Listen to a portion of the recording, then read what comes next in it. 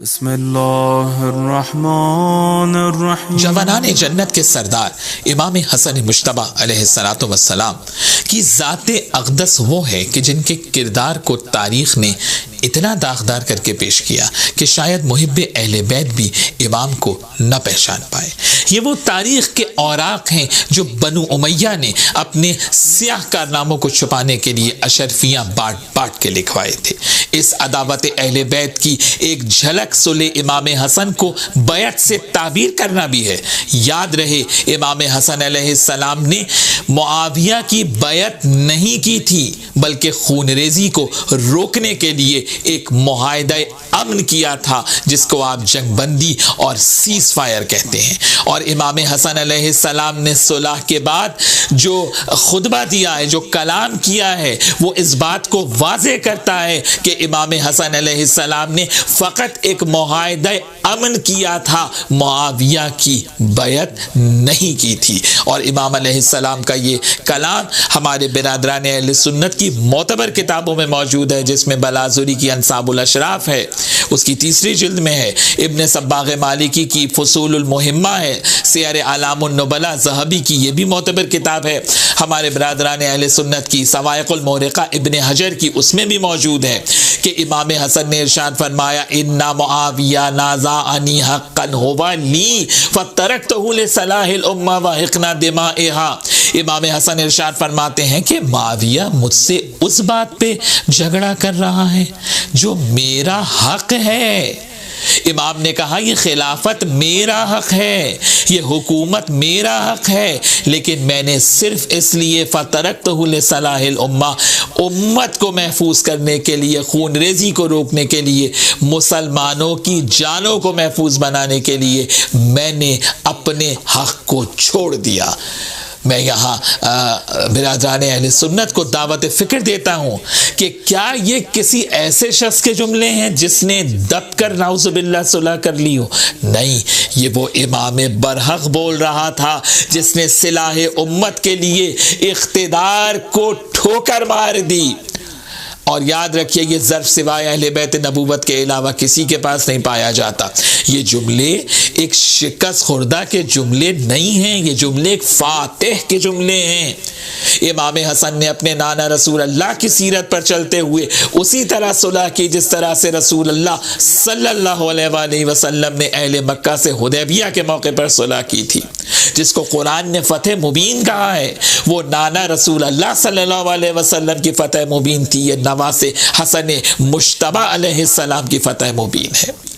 اور صلح کر کے امام حسن علیہ السلام نے قیامت تک کے لیے بنو امیہ کا اصل چہرہ تاریخ میں اور دنیا کے سامنے آشکار کر دیا۔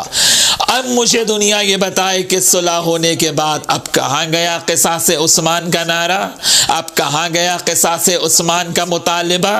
یعنی اقتدار ملنے کے بعد سب ختم ہو گیا، یعنی وہ نعرہ کہ جس سے آپ نے جنگ جمل کرائی، جس سے آپ نے جنگ صفین کرائی۔ اور اس کے بعد امام حسن علیہ السلام نے انکنڈیشنل صلح نہیں کی ہے کہ بس غیر مشروط معاہدہ کر لیا ہو، بلکہ شرطیں منوائی ہیں۔ آپ مجھے بتائیے شرطیں شکست خوردہ منواتا ہے، ہارا ہوا انسان منواتا ہے، یا جو فاتح ہوتا ہے وہ شرطیں منواتا ہے؟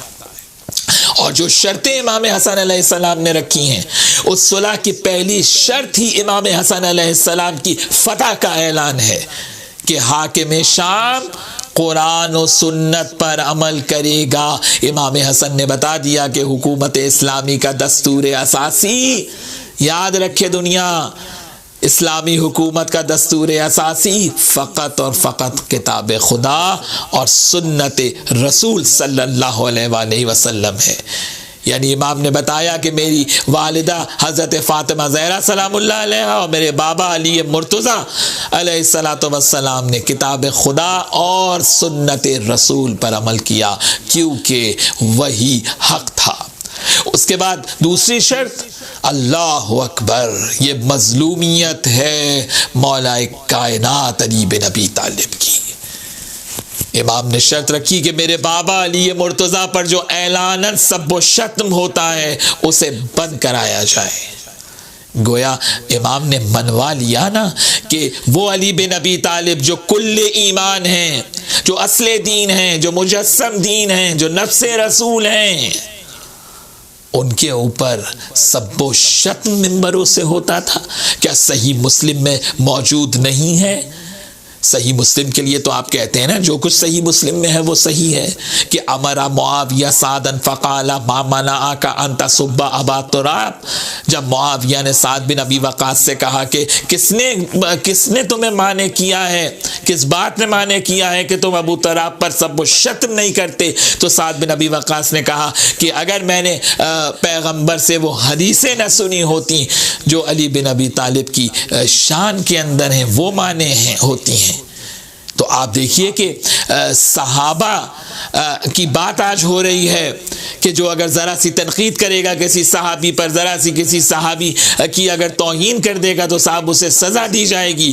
تو میں برادران اہل سنت سے یہ سوال پوچھتا ہوں کہ وہ جو کل ایمان کے اوپر، جو امیر المومنین علی بن ابی طالب کے اوپر سب و شتم کراتا رہا، آج مسلمانوں کا اس کے لیے فتویٰ کیا ہے؟